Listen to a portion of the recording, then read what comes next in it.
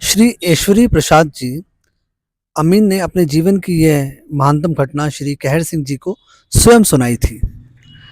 Hydel विभाग के श्री ऐश्वरी प्रसाद अपने विभाग के 36 नलकूपों की देखरेख हेतु एटा की एक तहसील में अमीन पद पर नियुक्त थे। वर्ष 1970-71 में ही बाबाजी महाराज जी प्रथम बार उनसे भेंट हुई, पर तभी से बाबा जी के प्रति समर्पित भाव से जब तब वृंदावन आ पहुंचते थे। एक दिन वह ऐसे ही भावपूर्ण हुए दर्शन हेतु वृंदावन आश्रम आए तो बाबा जी ने उन्हें रोक लिया। दूसरे दिन ड्यूटी पर जाने को हुए तो बाबा जी ने उन्हें पुनः रोक लिया। फिर इसी तरह 6-7 दिन रोके चले गए अपने पास। उधर उनके असिस्टेंट इंजीनियर को, जो उनसे बहुत रुष्ट रहते थे, एक सुनहरा मौका मिल गया उन्हें सबक सिखाने का। उसने उनकी चौथी गैर हाजिरी के बाद उनके खिलाफ एक लंबी चौड़ी रिपोर्ट सुपरिटेंडेंट इंजीनियर के पास भेज दी कि किस तरह अमीन ऐश्वरी प्रसाद लगातार बिना अर्जी, बिना आज्ञा मंजूरी के अपने कार्य से अनुपस्थित हैं और कितने नलकूप उनकी गैर हाजिरी के कारण बीमार पड़े हैं, आदि आदि। और भी कि ऐसी ही गैर हाजिरी इनकी जब तब हो जाती है। इधर बाबा जी भी देख रहे थे उसकी सब करतूत। अपने भक्त को वह कैसे असहाय छोड़ देते। अपने चरणाश्रित की रक्षा हेतु तुरंत क्रियाशील हो गए।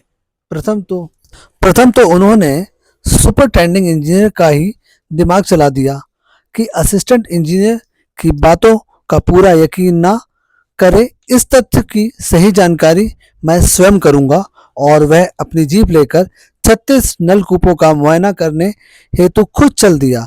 तब एक के बाद एक उन नलकूपों पर जब वह पहुंचा तो वहां तैनात कर्मचारियों से उसे मालूम हुआ कि अभी अभी या कल परसों ही तो मुआयना कर अमीन साहब आगे चले गए हैं और कुएं के बारे में अपनी रिपोर्ट भी लिखकर आवश्यकता अनुसार हिदायतें भी दे गए हैं। कई नलकूपों पर इसी प्रकार की फुटकर रिपोर्ट मिलने देखने पर सुपरवाइजर इंजीनियर असिस्टेंट इंजीनियर पर ही क्रोधित हो उठा और उसे ही चार्जशीट दे दी। और जब 7वें दिन ऐश्वरी प्रसाद महाशय अपनी ड्यूटी पर हाजिर हुए तो 2-3 दिन में ही उन्हें हर कुएं पर एक ही तरह की बात सुनने को मिली और अपने मताहतों से सार से, वाह सरकार, कैसा बढ़िया मुआयना हो गया आपका, और आप भी कैसी मुस्तैदी से साइकिल पर भागते हुए एक कुएं से दूसरे कुएं दौड़ते रहे इन 3 दिनों में। क्या आपको पहले से मालूम हो गया था कि बड़े साहब आएंगे?